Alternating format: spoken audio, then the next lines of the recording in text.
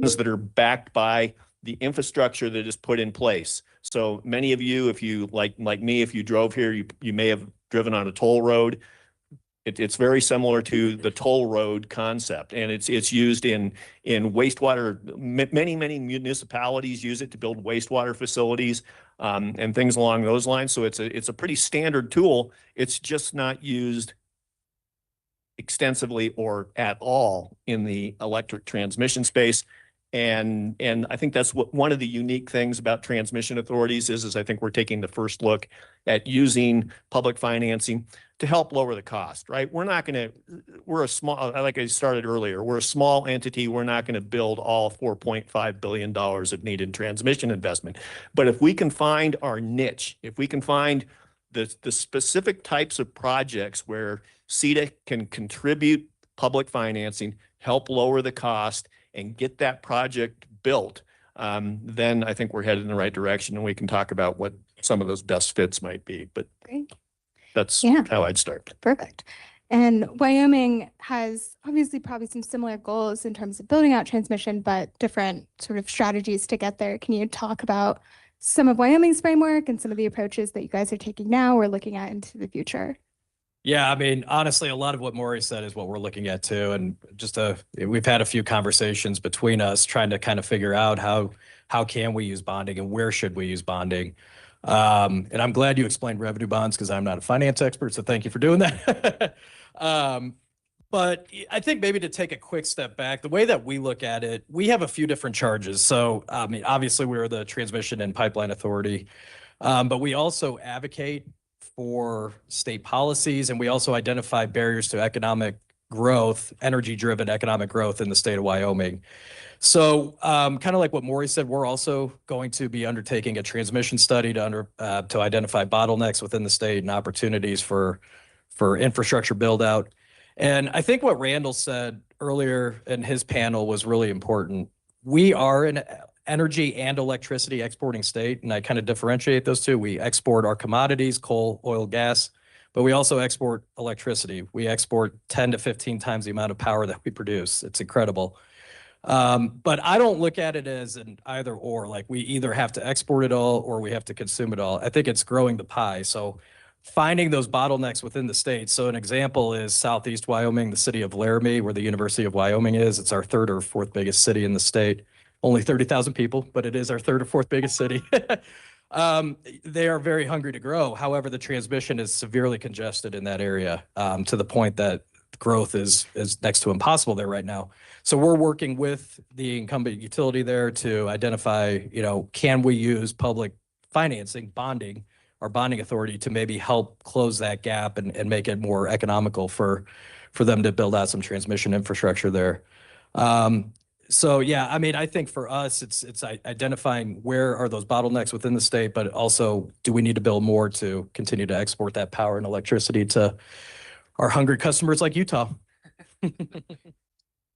And Josh, I know you work with folks across a couple different states. Can you share some examples or some lessons learned from how other states besides Colorado and Wyoming are looking at doing this? Yeah, I think there's one of my favorite examples is in Nevada. Right now, it's being used only for a generation project. It's called the Clean Transition Tariff, in desperate need in current times of a name to replace that with. So if you have ideas, I'm all ears. But what it does right now is Google is working with Nevada Energy, the state utility, to buy geothermal power from Fervo. They're paying for the speculative development, and they're paying the difference between what Nevada would normally buy off the wholesale market. They're paying that premium for geothermal to be developed, to figure it out, to get the first test sites up and running. And that risk is on Google. And the average Nevada ratepayer has no reason to worry that those costs will ever fall on them.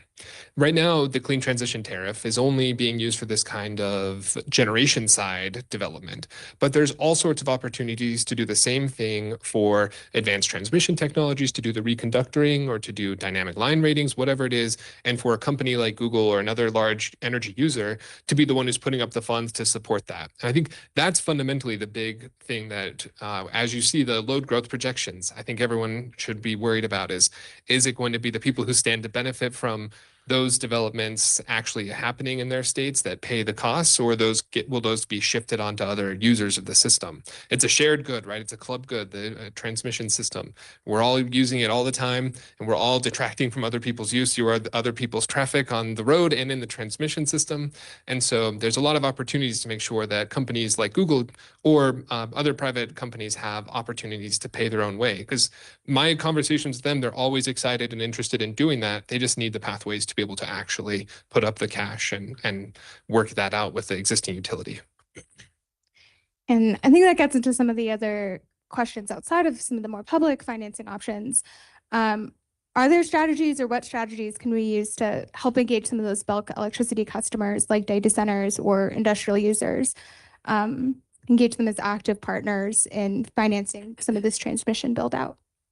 I've got one more that I love, which is NRG and grid strategies. I think Zach Zimmerman is here. I don't know Zach, but if you are here and listening, you can raise your hand, because they did a great paper on network open seasons for NRG, which is an independent power producer.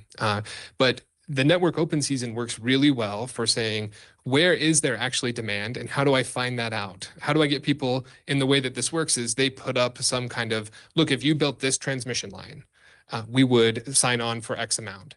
And that allows the market to reveal what kinds of transmission projects are actually valuable, rather than us trying to guess at which ones would make sense.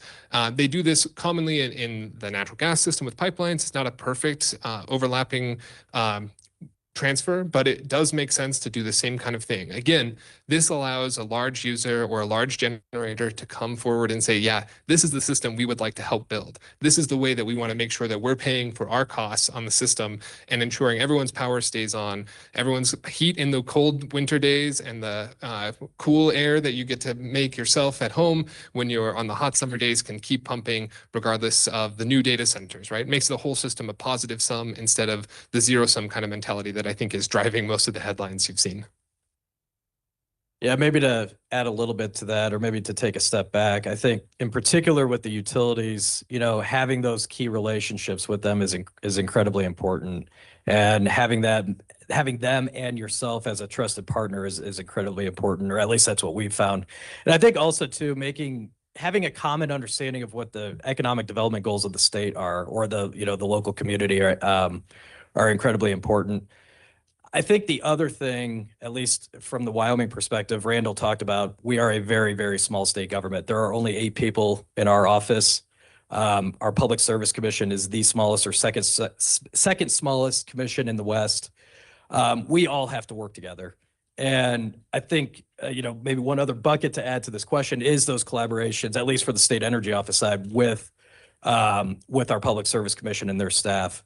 And then to build on that, Josh talked about the tariff out in Nevada, making sure that the tariffs on file at the commission by the utilities are workable, transparent, cost effective, the whole 9 yards.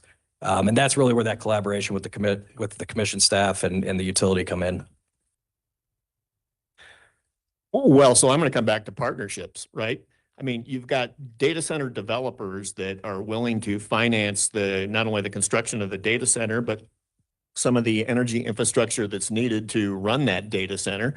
You've got communities that have, sometimes small communities that have transmission needs or generation needs, but the energy infrastructure is too big for them to finance on their own. So, in the world that we're in today, what you need partnerships between the large data center developers, the local communities that are interested in bringing transmission to their community, bringing renewables or other generation resources to their community.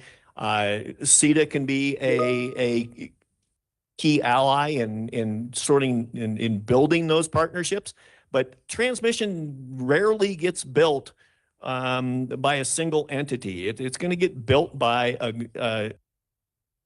partners that are sharing in the financing and sharing in the burden of making the case to the regulatory authorities and the permitting authorities that the transmission and the infrastructure is needed. So it's a partnership opportunity. I think there's lots of opportunities for public-private partnerships, and I hope people come to CETA and are interested in working on that.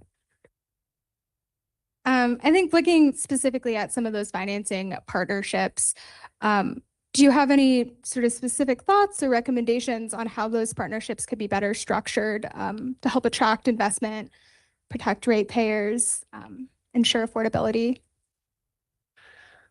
Yeah, so CETA is really interested in developing its public financing authority. We have reached out to some consultants that are, helping to educate us on how to conduct public financing and what its best uses are. I'm going to share some preliminary findings from a white paper that we hope to release in November that will be available and go a little bit deeper. But CETA is not going to finance an entire project on its own. We're not big enough, and the projects are huge, right?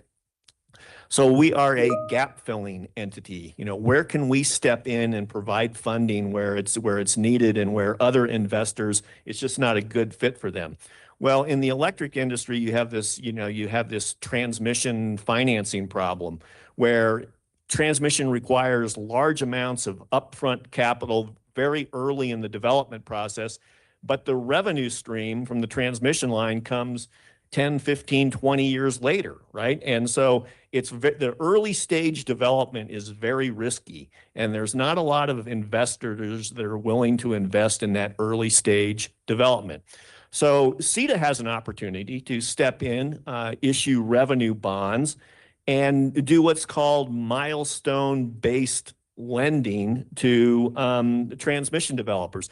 And the milestones would be things like, obtaining a certificate of public need and necessity from the regulator, obtaining a permit from a local, county permitting authority. And as those milestones are met, you release more and more funds to the developer. It helps lower the overall interest costs on the investment, and it fills a gap that they don't have a lot of investors that are beating down their door saying, let us invest before you get permits and before you get regulatory approval.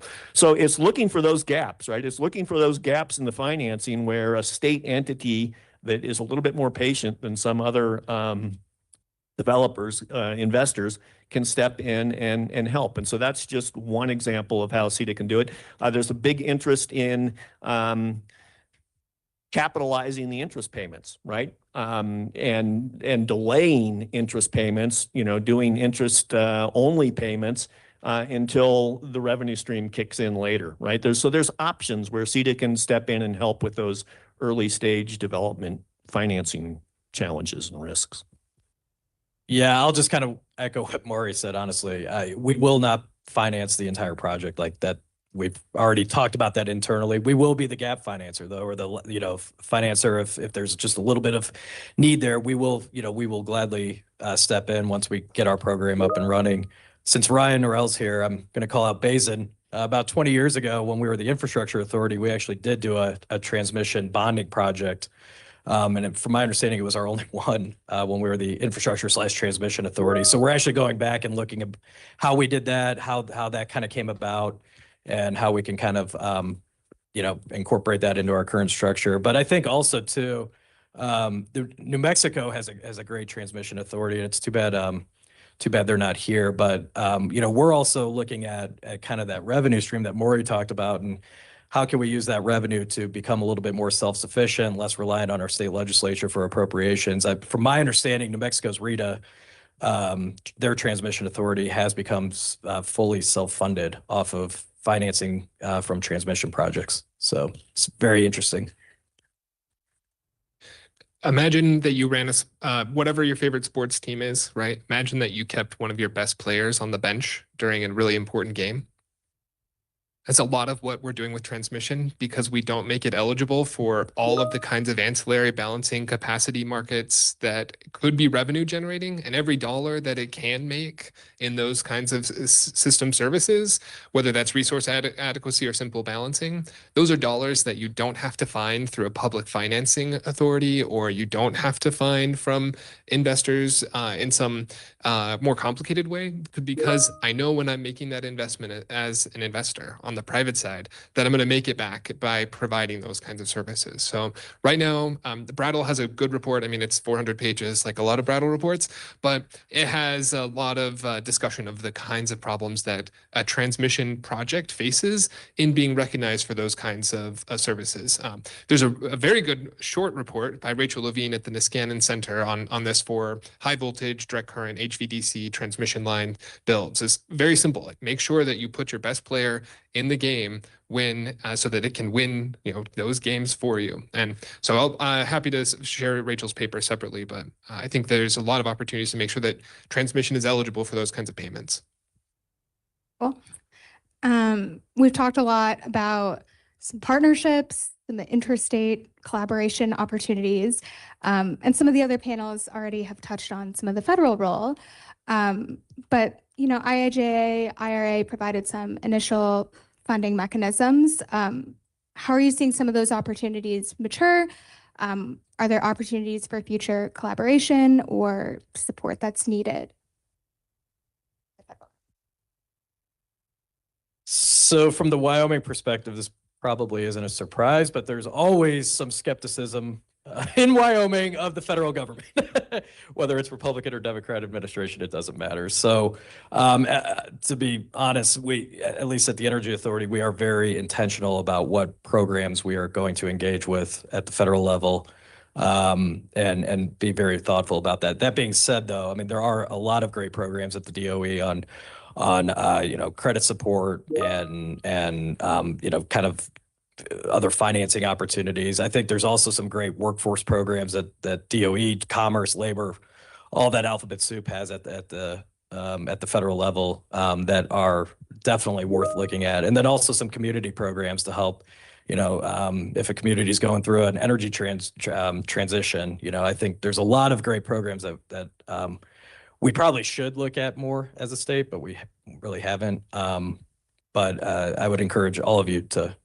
look at.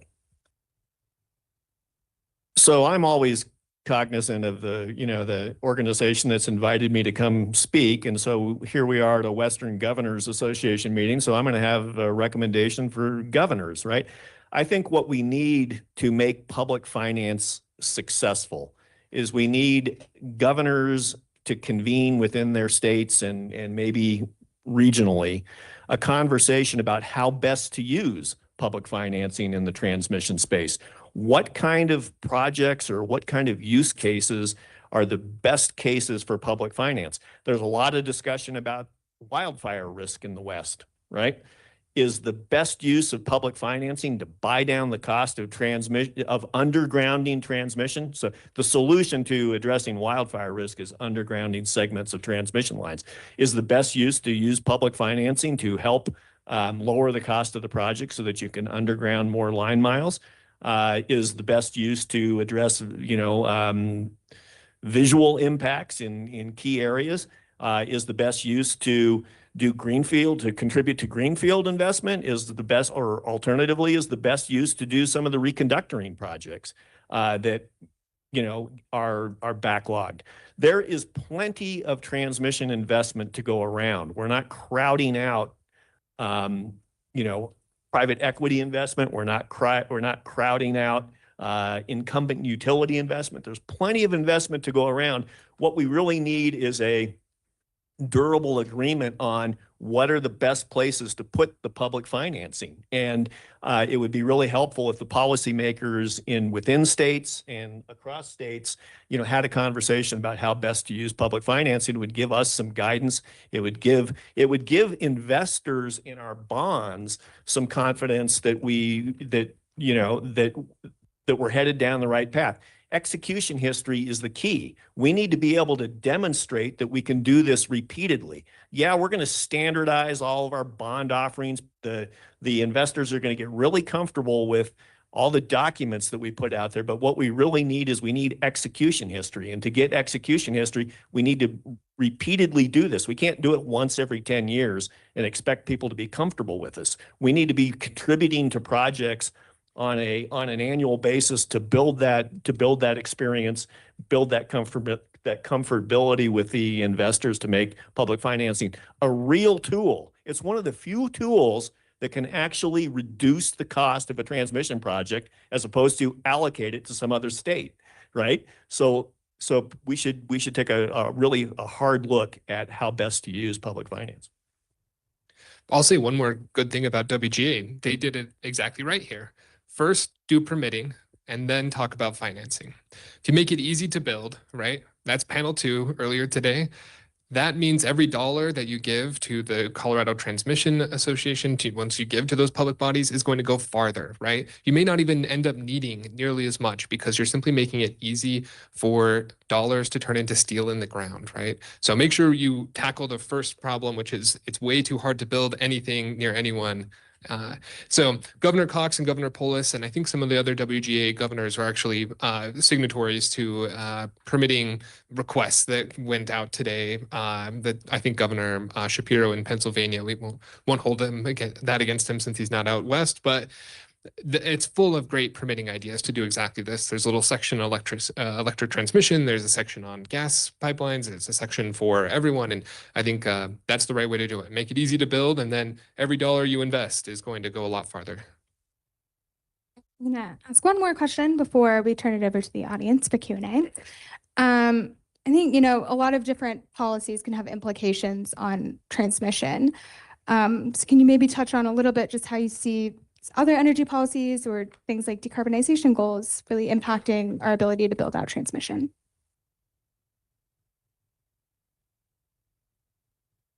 I'll say the thing that I think is makes the collaboration hard, which is that places like Utah, my home state, have very different policy goals than places like California.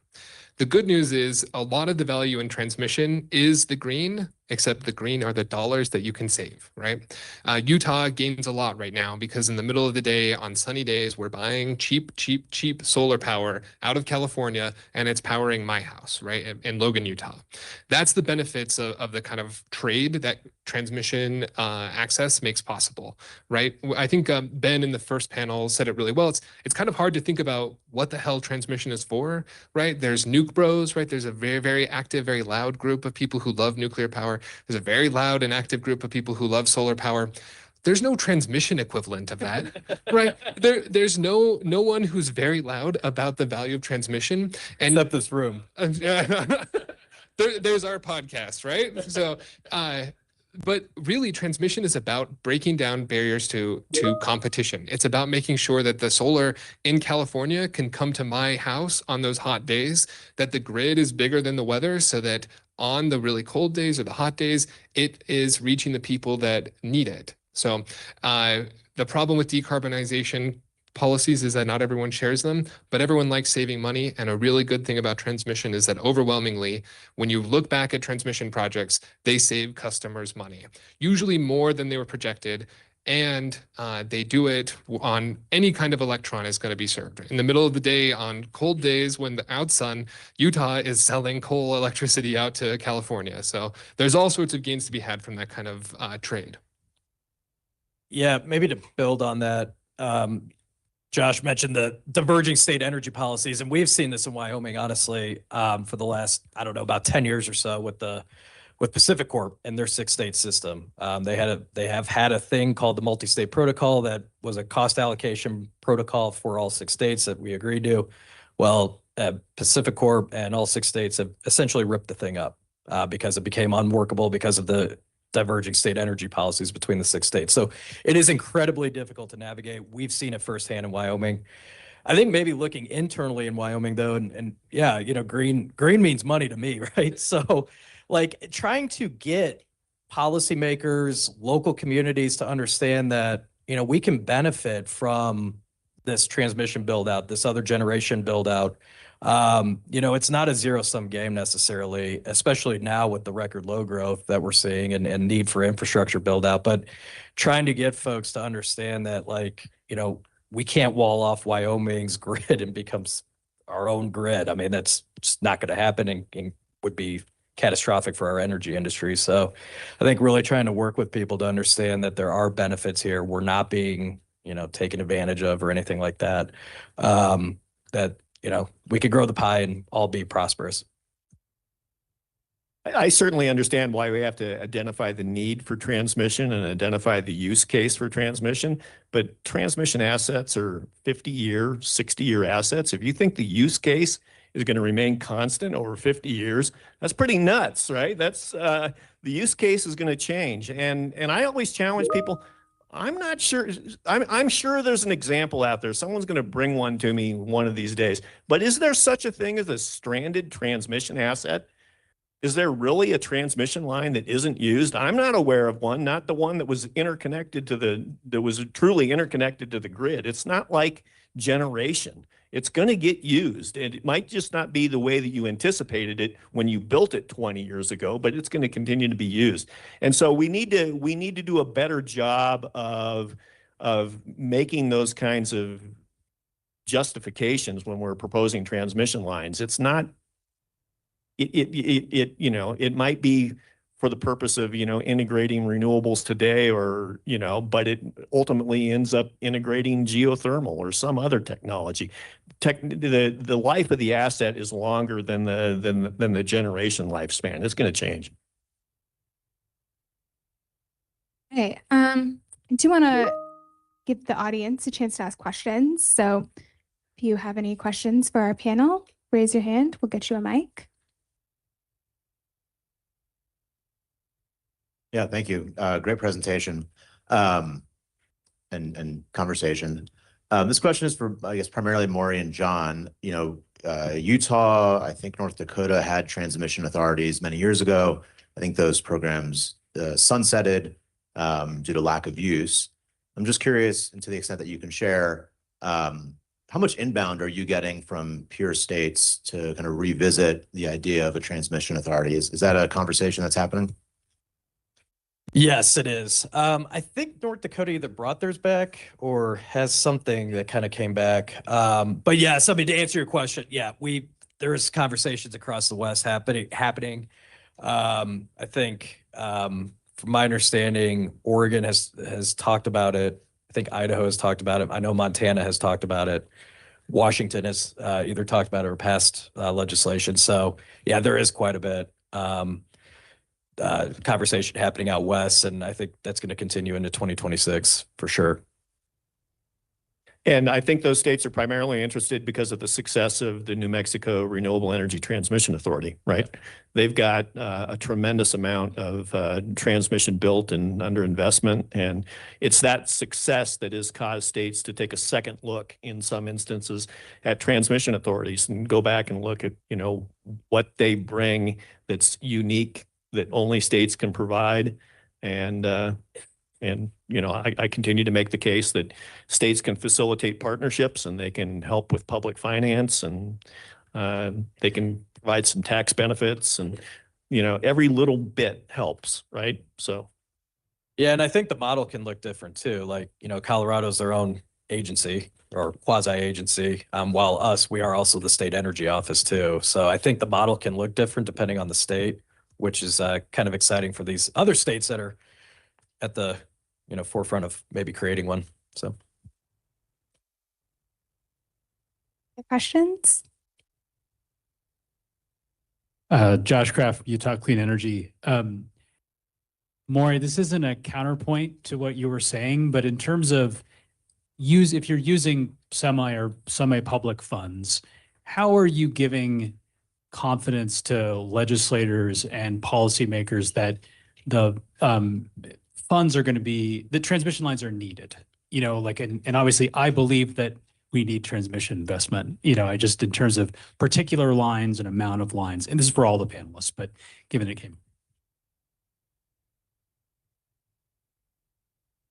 So that's an important question, right? I mean, that's one unique feature of the electric industry is that you have to make a justification of your project probably multiple times before you ever get it approved, right? You have to make one at the PUC, you have to make one at the local siting place. You're just constantly justifying the need for your project. So you better start early, right? So we conducted a study of a statewide study, which is unique, right? Most states do not have a statewide transmission study. It's usually done by the individual utilities in the state, and they're in silos and they're planning for their own service territory. They're not looking, big picture.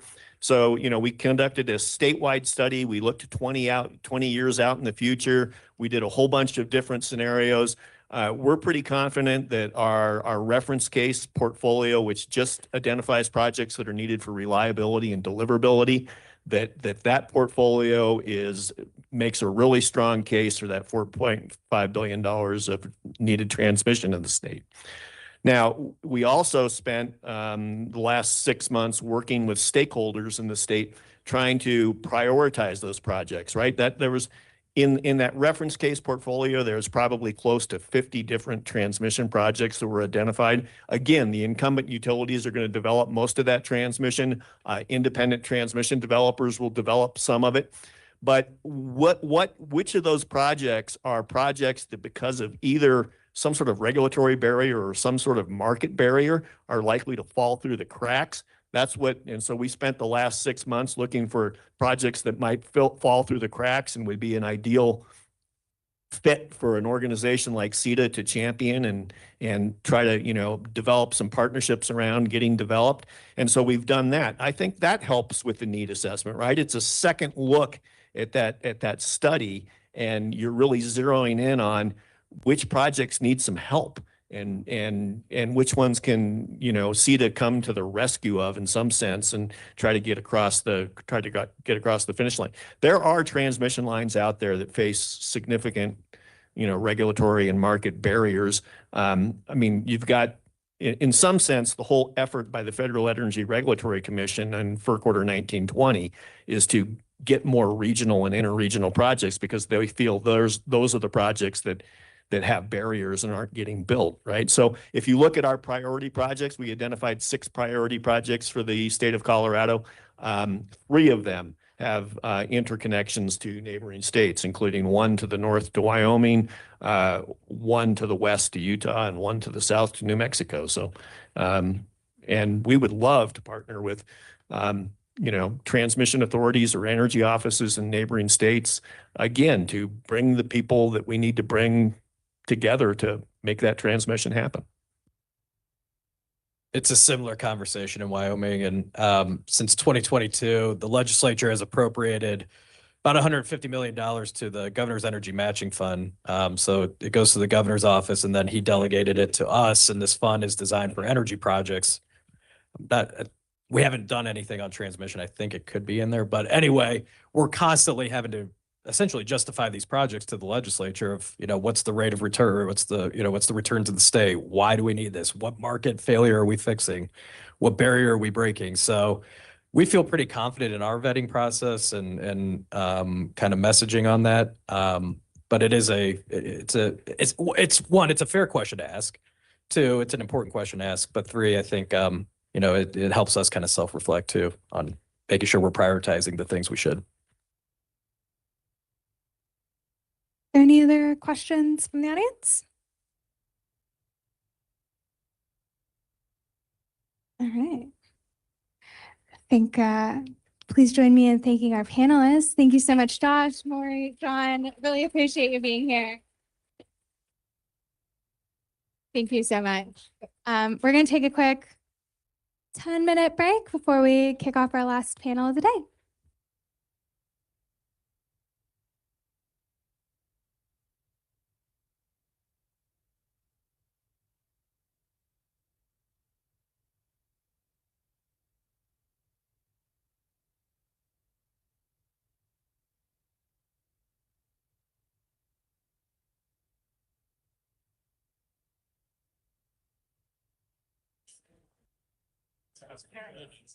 It's coming a while.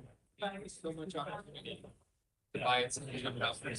But everything looks good, you know. It might be next year. Yeah, I've got your email. Okay, yeah. I'll send you those.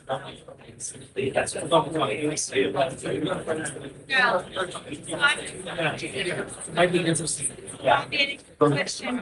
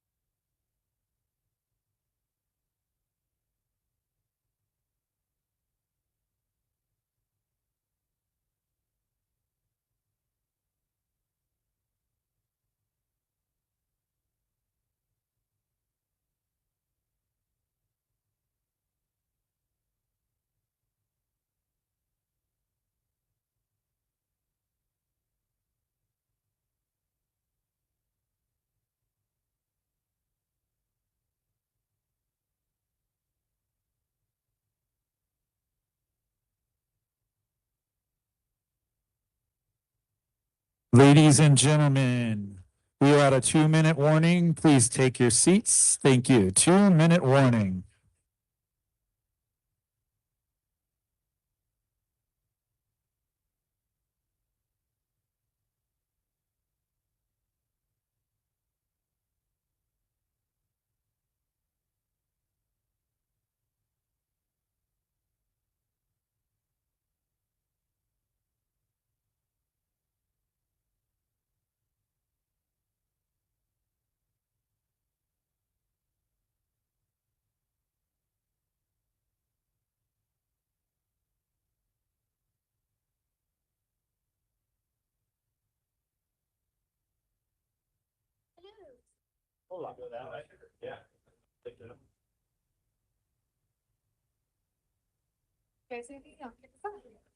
Okay, we are going to get into our last panel of the day here, so home stretch.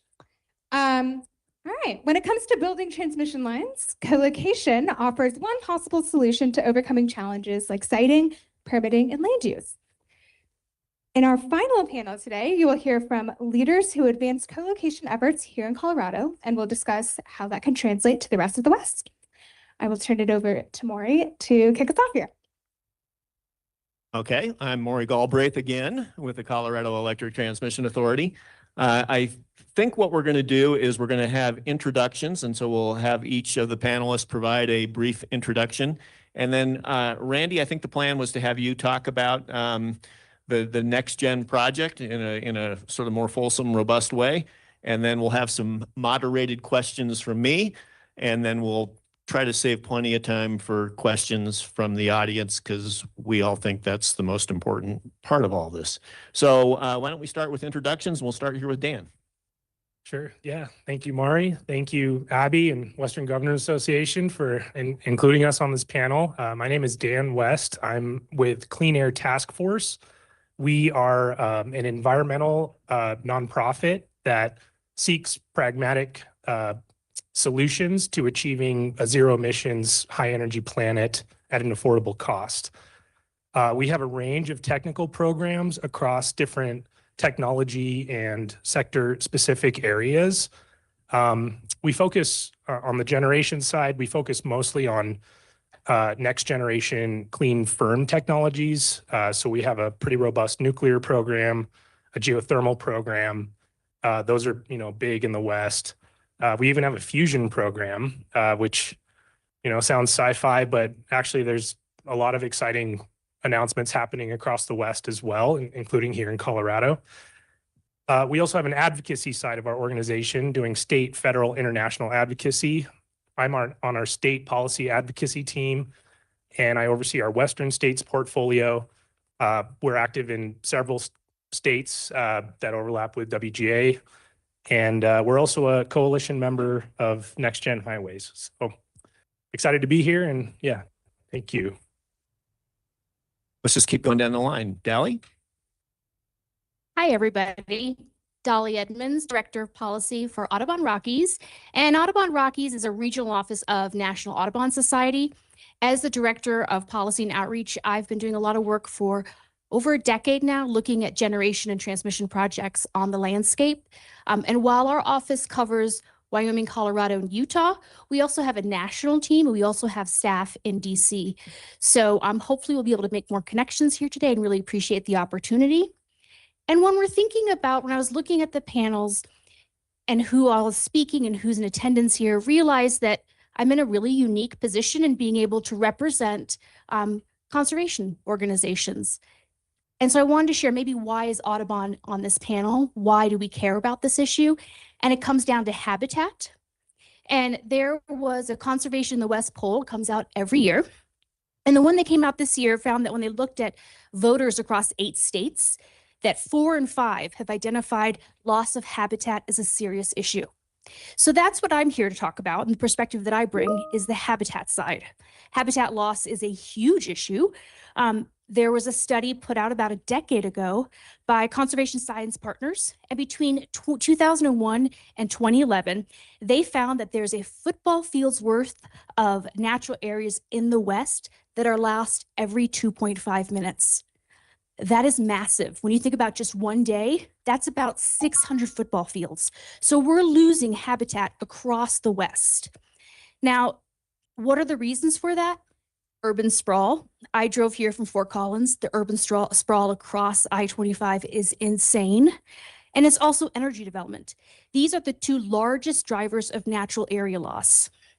We're seeing our population growing. We're seeing that in a lot of the Western states. So we're all struggling with how do we meet the demands, the growing populations, while keeping our areas, our open areas functioning, providing wildlife habitat, which also supports a lot of our economies.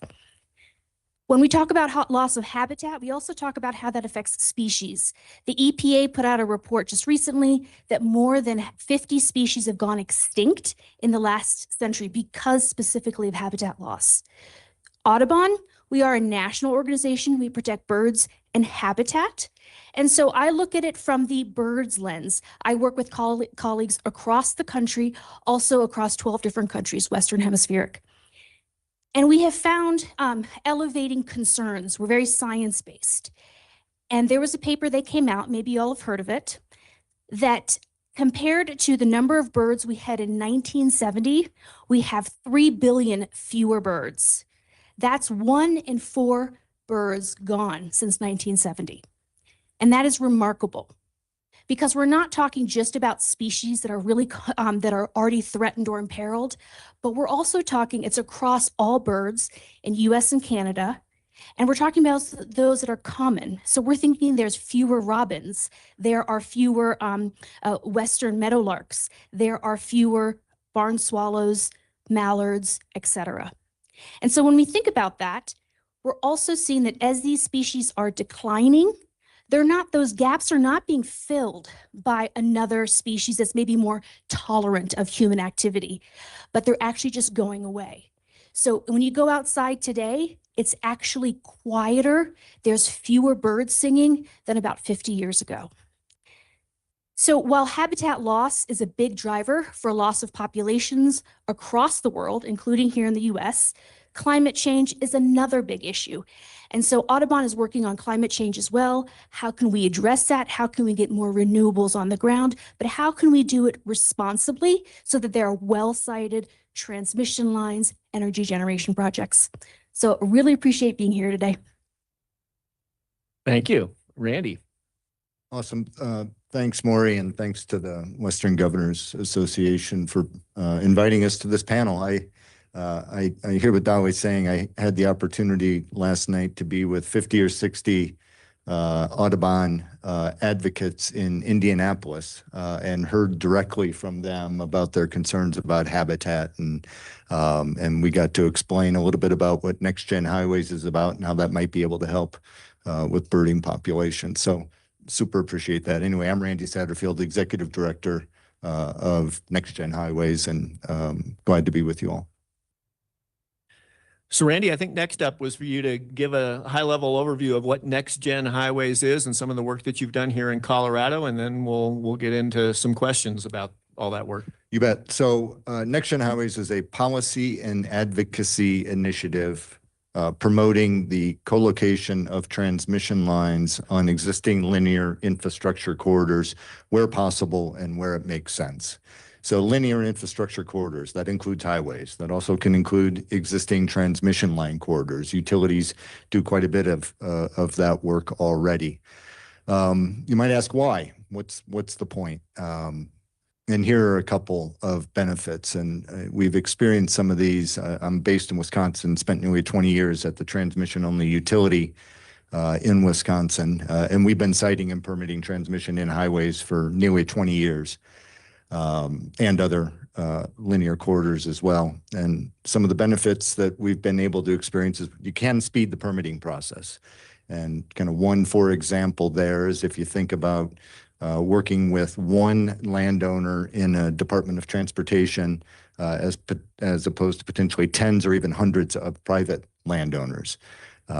You can also lessen environmental impacts. A highway corridor is already a disturbed corridor. So if you got to build a transmission line from substation A to substation B and you can put it on a highway or greenfield development, well, you can understand how the environmental impacts will be lessened by utilizing the highway corridor.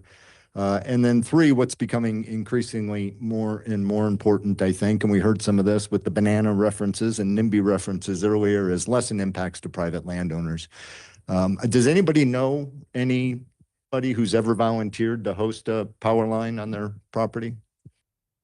I'm seeing no hands. I haven't either, and I've sited and permitted probably north of 1,000 miles of transmission lines. So where we can avoid impacting private landowners, right? We should take advantage of that, and utilizing transmission line corridors, highway corridors, maybe rail corridors are ways to do that. Here's the problem. In, I think it's 43 states across the country, state departments of transportation have prohibitions, policy prohibitions to co-locating transmission lines on interstate highway corridors. Many of them allow transmission lines on their state highways. So it's not that they wholly object to the idea of co-location. However, they have these antiquated, outdated policies that stem from the advent of the interstate highway system in the 50s that they just haven't gotten around to modernizing and updating. So 43 state DOTs across the country with policies prohibiting the co-location of a power line on an interstate highway. Interstate highways typically are the most valuable asset, right? They typically have more physical right-of-way availability on them. When the Eisenhower administration built out the interstate highway system, they acquired a fair chunk of land, and state DOTs have added to that. That prohibitive policy stemmed in part from the Department of Defense's desire to be able to land aircraft on the interstate highway system. This is from the 50s, mind you, a very different time. The world was a very different place. Well, those prohibitive policies held at US DOT through the mid-80s or so, when telecom companies started petitioning for the opportunity to bury telecom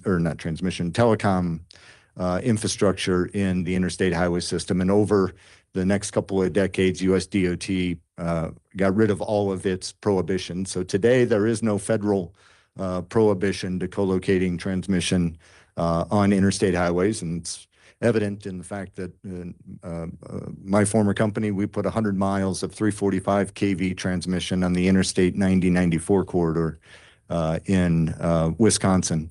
So we've got 43 state DOTs with prohibitive policies. And then what's that mean from a utility or developer standpoint? Well, they're not making a phone call to the DOT to ask about co-locating transmission on a highway corridor. So we are working in states across the country to work with organizations in those states, and we'll talk a little bit about that process here in Colorado.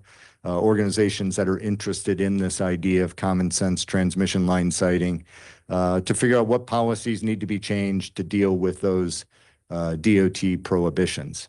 Maybe just one other quick point on, and then we can dive in maybe to the Colorado process a little bit.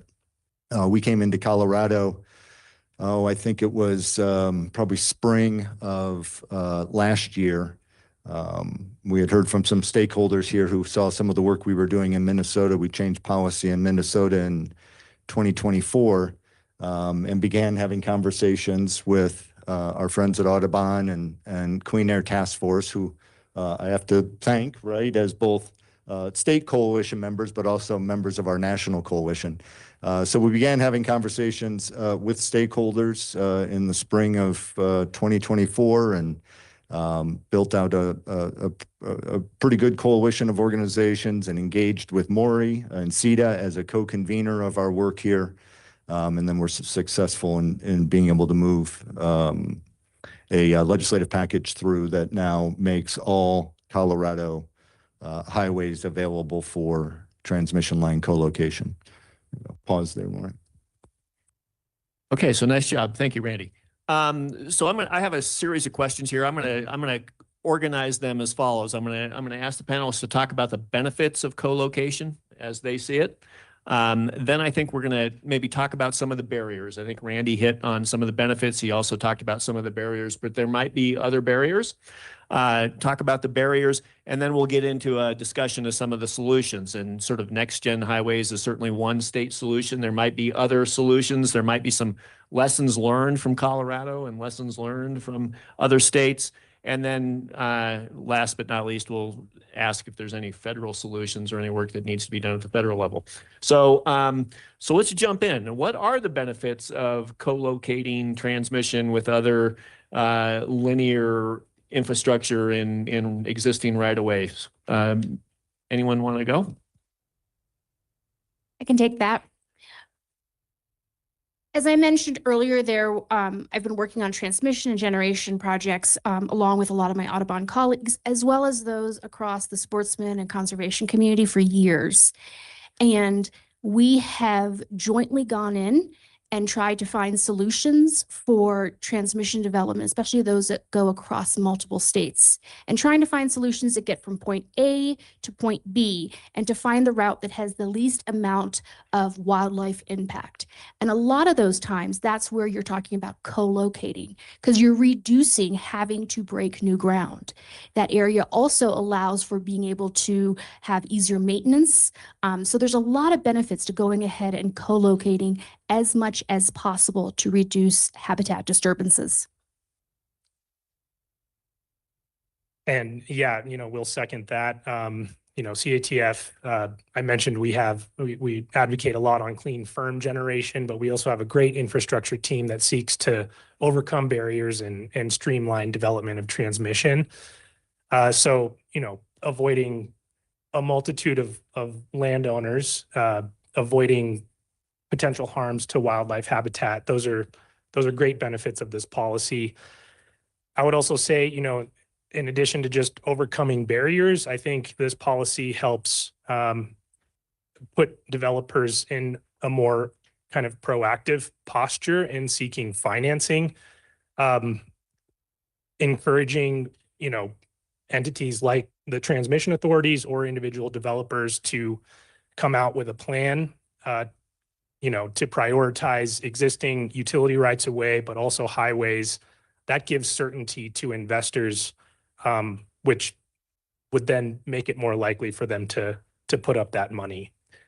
I often think of this philosophical principle, Occam's razor, that's often applied in science, but generally it's like the simplest solution, or the simplest explanation is oftentimes the best solution. That's not always the case, but I like to apply that to this concept in a policy sense.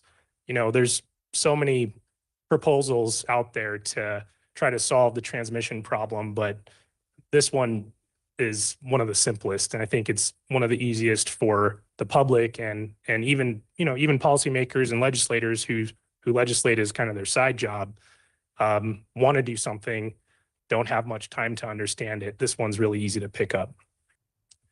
Yeah, maybe just a couple of other anecdotal things, Maurice. I've had conversations with multiple farm bureaus in Western states.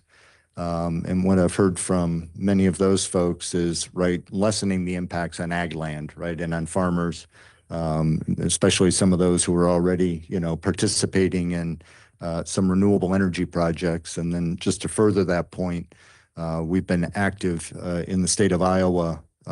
We had a bill introduced last session and just ran out of time, but we'll get it done this time. But our sponsors in Iowa are keenly focused on, as they say, protecting their agricultural landowners' farming interest.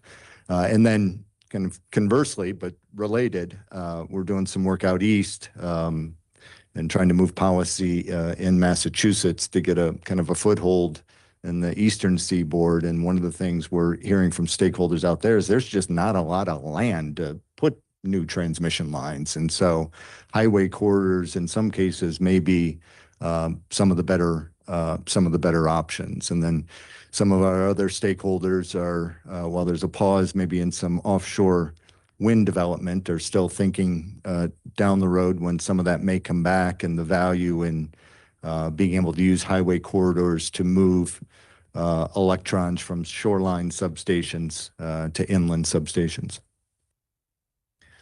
So it sounds like we've got a real simple, real common sense solution here. What are the barriers to getting this done? What are the challenges of convincing state transportation departments to change how they do business, or working with railroads, or working with interstate pipelines? What are some of the barriers to getting this done?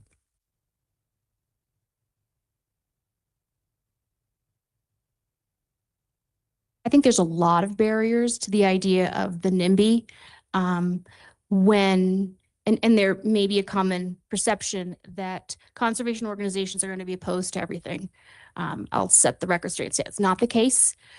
When Audubon is talking to our members and partners, et cetera, we can come to a common understanding that energy generation and demand is only growing. So let's think about how we're going to have that generation happen, where we're going to have it happen, how are we going to get that generation to our cities, our load centers. So we need to think really thoughtfully and carefully. So when you think about barriers, sometimes it's having those conversations and having those one-on-one conversations, working with the public, making sure you have the right stakeholders there, thinking about, as Randy mentioned, private landowners. That is a huge issue. Sometimes people can feel like they are not aware of a project happening until it's almost done, and people are feeling like it is out of their control. And nobody enjoys feeling that. So I think making sure we have strong public and stakeholder engagement is critical. That will help with quite a few barriers. And maybe picking up on that theme a little bit, right? In my opening comments, I referenced the policy barriers. So that's easy to understand. But the other barrier that we see both within state agencies, but also frankly in my brother and former brethren within the transmission utility and development space is kind of cultural barriers or institutional inertia, right? So the idea of putting a power line on an interstate highway system in the vast majority of the states in the union has not been allowed ever. So what's that mean? That means nobody's ever considered it or collaborated on it or had discussions about it. And so that results in some cultural, right, and institutional inertia around that idea. That coupled, right, kind of with siloing in the way that we think about infrastructure planning and deployment. And so maybe I'm venturing more into solutions, but part of what we're trying to advocate for when we go into states is as Dolly was mentioning, let's have a more open and engaged collaborative process with state agencies, the builders of transmission, and other stakeholders to figure out where are the best locations to put this infrastructure that's going to help, society live and advance. And, kind of the old way of the utilities kind of going in the back room and figuring out the route and then presenting it to the public, I'm not sure that flies anymore. So I think more collaborative approach, looking at all options might be a good way to go. So who are the critical stakeholders to get into that meeting, bring to the table, right? I mean, in the energy space, we typically work with the incumbent utilities and maybe the ratepayer advocate and some electric utility renewable energy concerns, but the number of stakeholders that are needed to achieve this is much broader. What are the key constituencies that we need to bring to the table?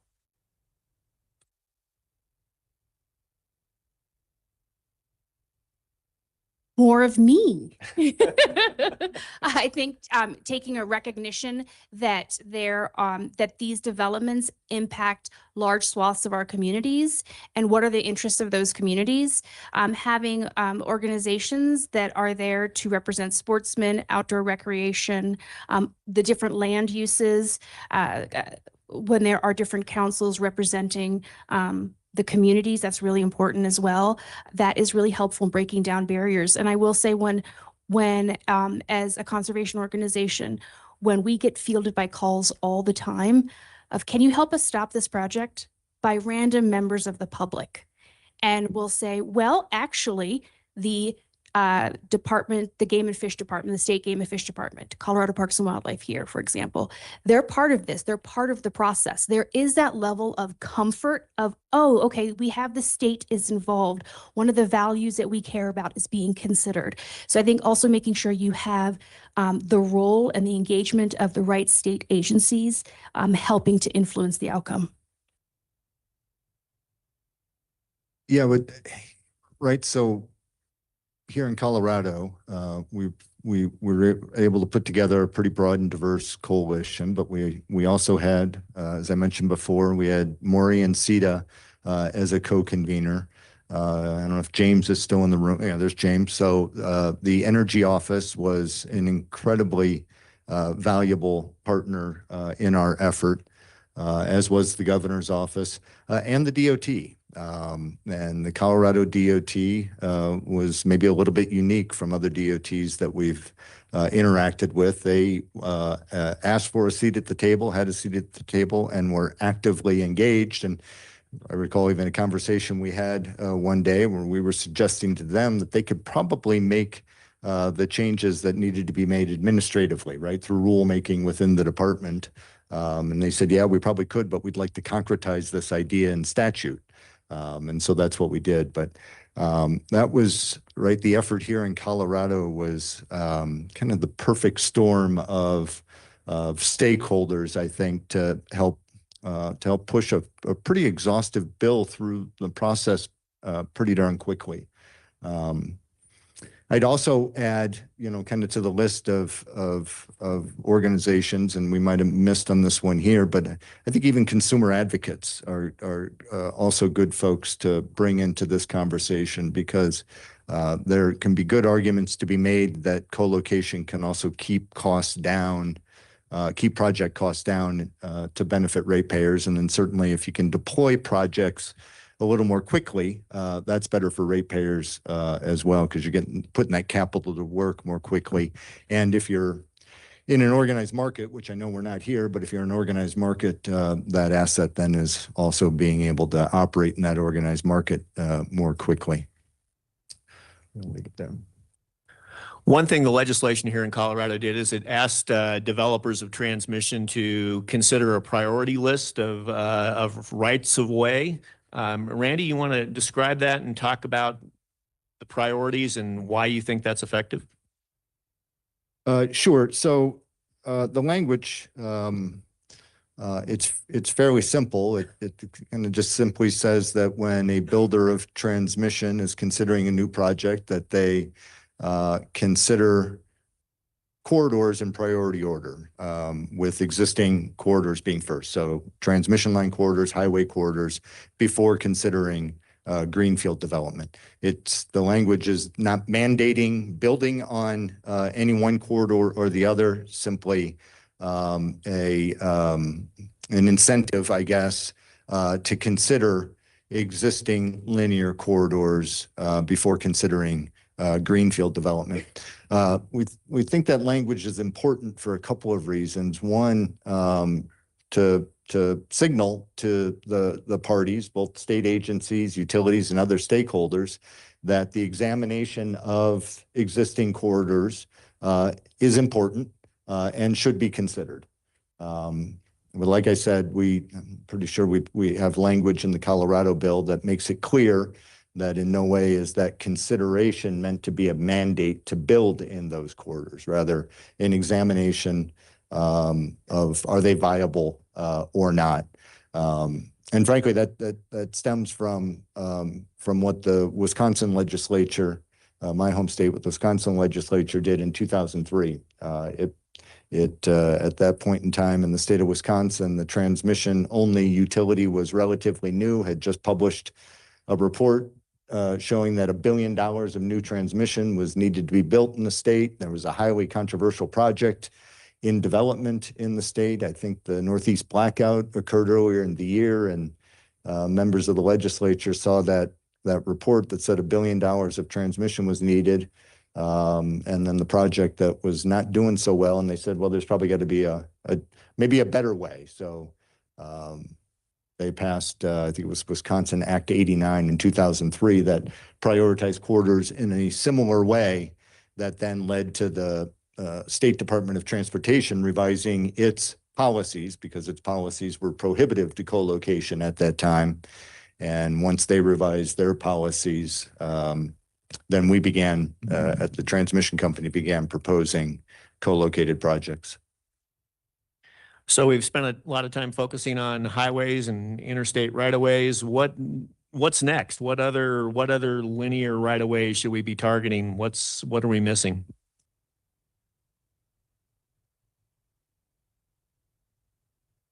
Take us back one step, actually. Please. So have folks heard of the reference, the canary in the coal mine? So the canary in the coal mine, for those that don't know the origin story of it, was that canaries served as sort of an indicator species, a warning, if you will. They were more or are more sensitive to air quality conditions than humans. And so the miners would take a caged canary down into the mines with them. And they would use that as an early warning sign if the carbon monoxide levels got too high. The bird would start to wobble and basically tip over. That was a warning sign for the miners to grab the bird and head on out. So as we talk about wildlife being part of this conversation and habitat being a consideration of where we do all this generation and transmission and how we do it, birds are an indicator species that the quality of our habitat and our lands are not doing well. Having said that, I will say one priority part of where to locate these was right before going to green fields is to avoid wildlife migration areas and important habitat. That was really important for the wildlife community to make sure that was in there to try and keep as much of that habitat intact as possible. Thanks, Dolly. And rail, right, is an option as well. We're not as focused on rail. There are some other folks in this space that are promoting the use of rail corridors. And I know there's an independently developed transmission project in the Midwest that proposes to utilize rail corridors for a buried HVDC line from Iowa into Chicago. So rail is certainly an option. The key difference between rail and our focus on highways is really kind of public versus private, right? If you're going rail, you're more likely going to be working with a private rail company, to where our initiative is more focused on state DOT policy. And then, there might be some option for pipeline. I'm just not sure of any conflicts potentially between a power line and a pipeline, and if those conflicts would exist if the pipeline's buried or not, but pipeline corridors could be an option for evaluation as well.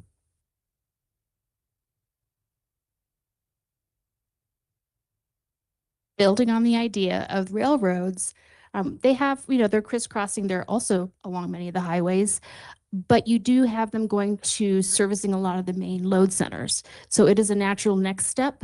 And as we're thinking about what are some creative solutions, which I think there's such brain power in the room and online today, it's creative solutions. If we think about the ups and downs of different energy sources, and we think of with coal, for example, with railroads, is this a possibility of getting more revenue if there can be a partnership of co-locating transmission lines along railroads? So I think, again, it's kind of thinking outside the box, and maybe going outside of our silos as well, and thinking, how can we all lean towards the recognition we're going to need more energy? How are we going to get it there with the least impactful way?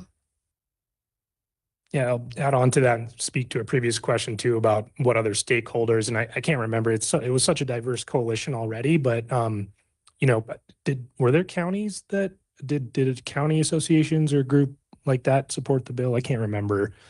It's okay. I didn't mean to put you on the spot, Randy, but I know they weren't members of the coalition, but they were supportive of what we were doing. oh, great. Yeah. Well, to my point, I would bring in local governments as well, and other siting conversations. Oftentimes, counties and local governments come head to head with developers or even the state. In this case, and I'm not speaking for counties, but if I was a county commissioner, I would probably see this proposal as an easier lift, already dealing with existing infrastructure going through my jurisdiction, as opposed to, having to face down potentially some angry constituents. All right, any policy recommendations at the state level or the federal level? Anything we need to be doing more of or better at the state level? Any lessons learned from what we've done here in Colorado? Well, I'm going to go, I'm going to start at the federal level, and then we'll see what Dolly and Dan have to say. I mentioned at the top, there's not US DOT or any other federal prohibition to co-locating in interstate highway corridors. However, certainly a couple things could be helpful. It could be helpful if the Secretary of DOT, a fellow cheesehead like myself, made some sort of policy announcement that interstate highway corridors are available, are open for business, if you will. I'd even go further and to say a joint statement from the Secretary of Energy and the Secretary of DOT recognizing the value of the interstate corridors towards a superabundant, did I get that right? A superabundant grid could be helpful and beneficial. And we're also involved in some of the policy discussions around permitting reform. And one of the more tangible things that we're looking at is the idea of the federal government offering some modest resources to state departments of transportation that change their utility accommodation policies to allow for transmission line co-location. And those resources would be for the state DOTs to utilize to support their permitting staff that would need to gear up a little bit for potential applications for co-location permits. All right. Well, thank you for answering my questions. I think we have some time here, so let's turn it over to the audience for any questions that you may have. I see some hands up over here on the right.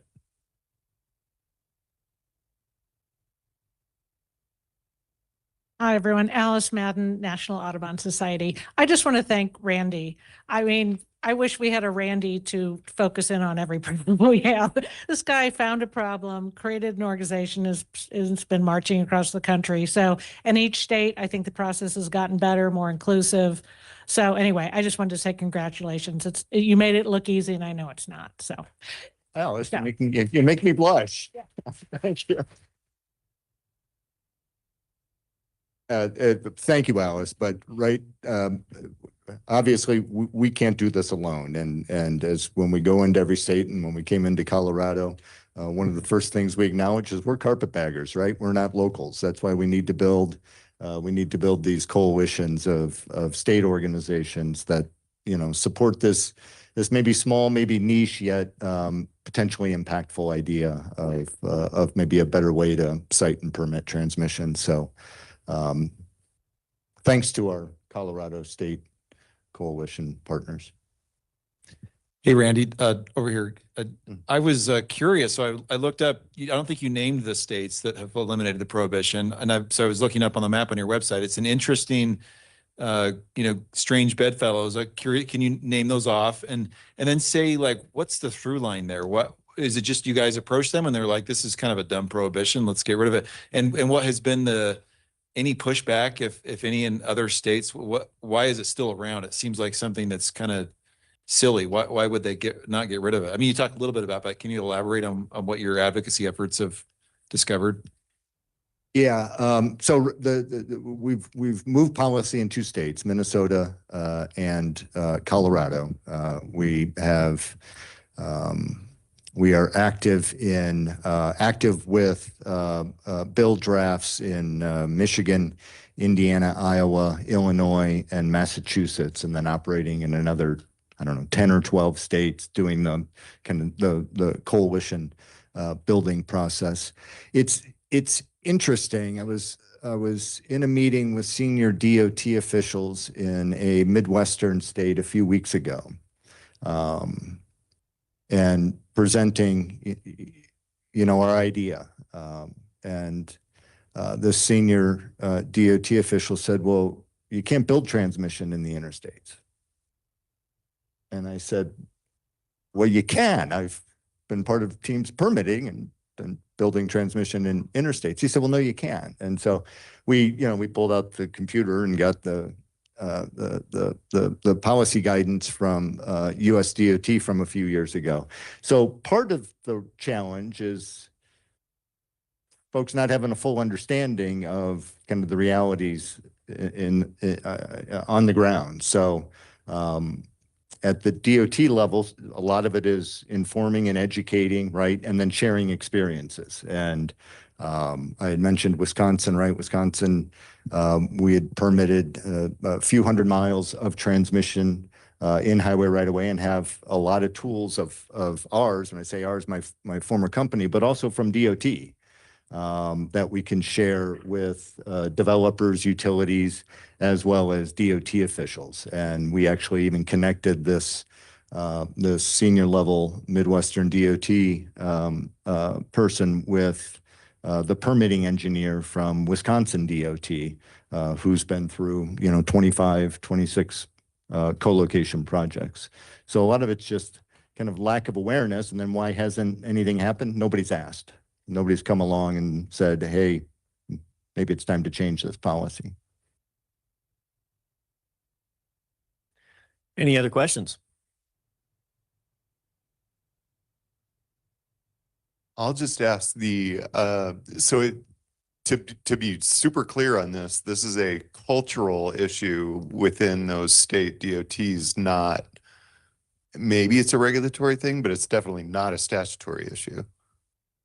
No, it is a statutory issue. Out of how many of them? Yeah, that I don't have the answer to.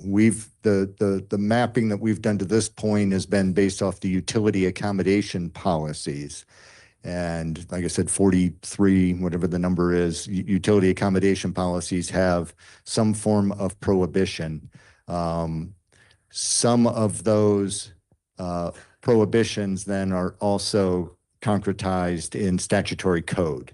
Not in every case, but we're finding more and more in many cases they are. But I don't have that number yet. Gotcha. And then just another one real quick is, when you talk about, and I know this isn't your area of expertise, but when you are talking with rail folks about using those rail corridors, does that include, I don't know what you call it, like retired, not active rail lines too? And yeah. Yes, is the answer. I know that the rail folks look at both active and not active corridors, right? And even some state DOTs, I think maybe the state of Washington, but somebody can correct me. Some state DOTs even have some significant rail assets as well. So it's possible that rail could even be an option through a state Department of Transportation. And last one, so the going back to the roads, if the prohibition is on using interstate stuff, does that have a negative influence on using other, like state highways? Or do some states, like, they'll use state and other road right of ways, but just not the interstate? Or yeah, how does that interplay affect one or the other? Many of the states that have those prohibitions have allowances for use of the state highways. I can't speak to how many projects have utilized state highways, but many of the states with prohibitions to the interstates do allow it on state highways.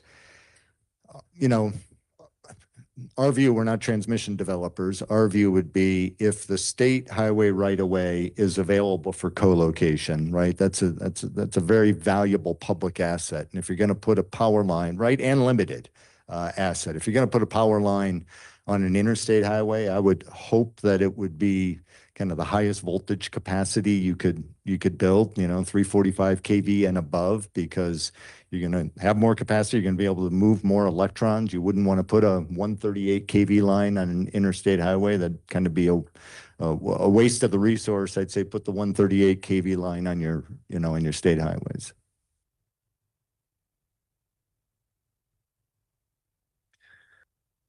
Okay, last chance for questions.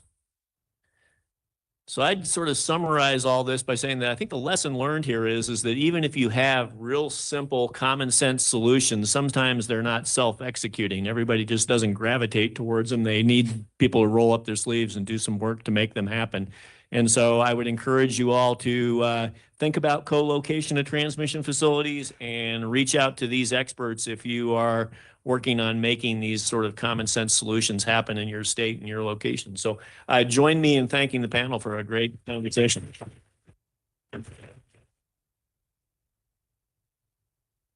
All right. I will close this out quickly here so we can get to the reception. Thank you so much to all of our speakers today, as well as Governor Polis and Team Colorado for hosting us. Please join us upstairs, Raynard Social, for the reception following this immediately. 6th floor where the lunch was. We'll be back here starting at 8 a.m. tomorrow. We'll have breakfast available back upstairs at Raynard Social. We'll kick things off in this room around 8:50 tomorrow morning. Thank you so much for being here. Hope to see you at the reception.